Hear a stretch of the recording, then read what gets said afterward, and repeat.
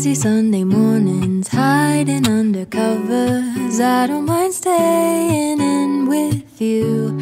Play your favorite movie, laying right beside me. I don't mind when it's just us two. That corner coffee shop. Another travel, another vlog. Hi guys, I'm Neo and you are watching Take Off Philippines.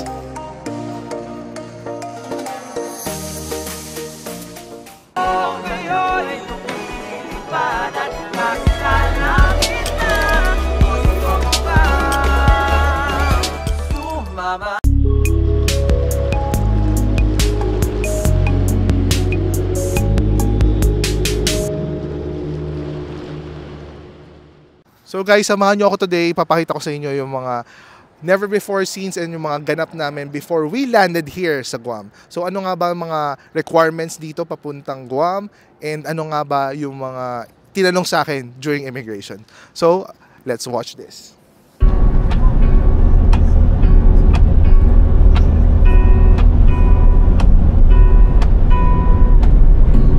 Lazy Sunday mornings, hiding under covers. I don't mind staying in with you. Play your favorite movie, laying right beside me. I don't mind when it's just us two. That corner coffee shop we like to go. Late night walks with you to take me home. With you I never feel alone. These little songs make me glad to call you mine. And you have got my head in the clouds. Oh. 1, 2, 3. All that I need is your body next to me on rainy days. Just need your company, don't need too much. Just your simple love and it's everything. The simple joy of hearing your voice every morning. I wake to a kiss on my face, so I don't need too much. Just your simple love and it's everything.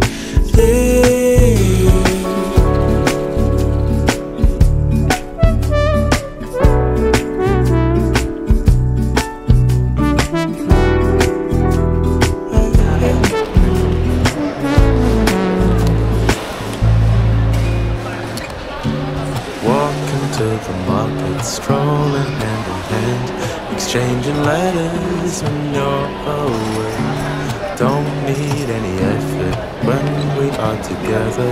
We always have fun throughout the day. I do anything to get you. Ayan, good afternoon guys. So ngayon explain ko lang kung ano yung mga kailangan yung dalhin kapag pupunta kayo ng Guam. So all you need to have is first is yung passport nyo. So all you need to do is bring a valid passport na hindi pa, syempre, hindi pa ma-expire. And then afterwards, kailangan nyo rin ng visa. So kailangan meron kayong US visa. So pwede kayong kumuha ng US visa na malapit sa may Ross Boulevard. Okay, pwede kayo doon. And what else? Or else, pwede rin kayong gumamit ng green card visa for that one, for US citizen.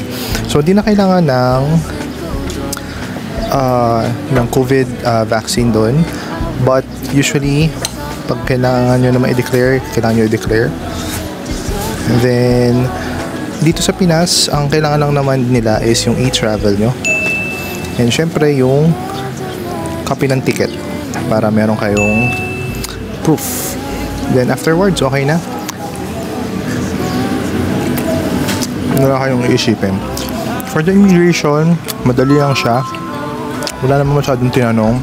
Tinanong lang kung ilang days kami mag-stay doon, and then afterwards kung sino mga kasama ko and ano yung work ko. Yun lang naman. After yun, approve na. Wala lang ibang tinanong. Kaya after that, nakapag-lounge pa kami kasi sobrang aga namin sa airport.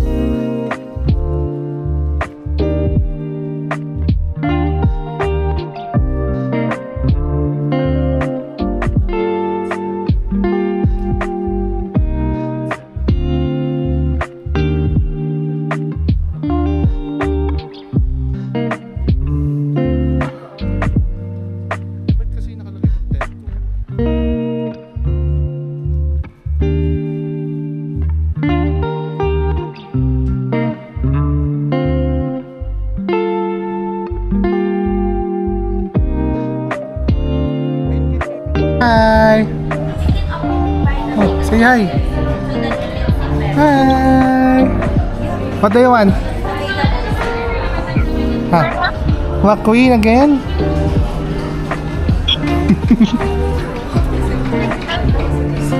Sumasayaw na. Oh. McQueen daw. Okay, I'll buy you McQueen.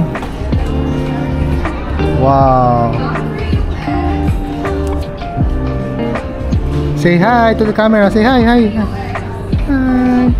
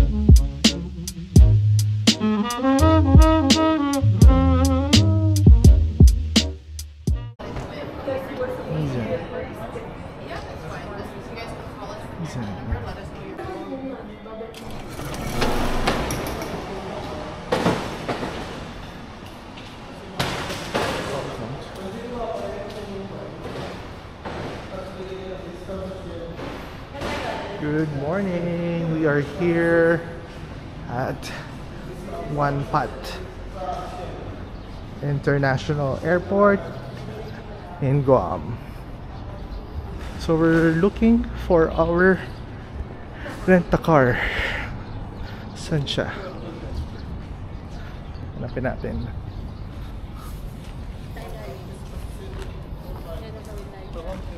Saan siya?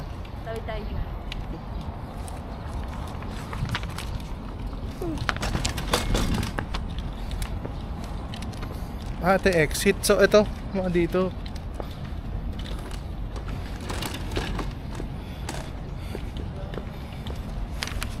Insurance na kaya ito kasama ito eh.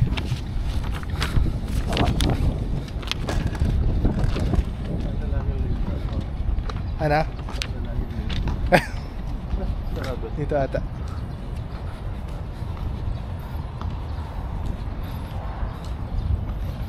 Paano mo malalaman? Pipindutin mo lang? Di ba? Tit. Kasi hindi niya sinabi, hanapin lang doon.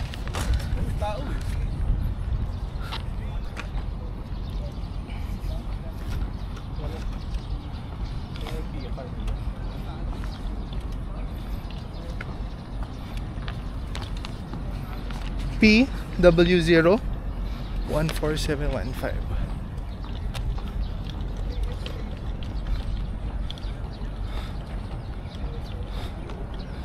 Ay, taga-Nissan ata to. Taga-Nissan ata to. Sila, ay no, taga-Nissan yan, no.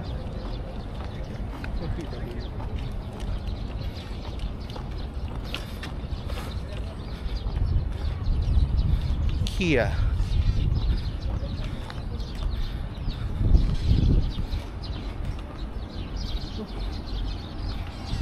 Saan yun? Ayun! Amazing! Ang dami. Super. Infinity Com. Rogue. Nissan Rogue. So this is our rent-a-car. Ay, ang galing. May baby ano pa. Ba't may car seat? Car seat. Kasya ba? May car seat pa. Employee nila. Kaandar na? Di pa.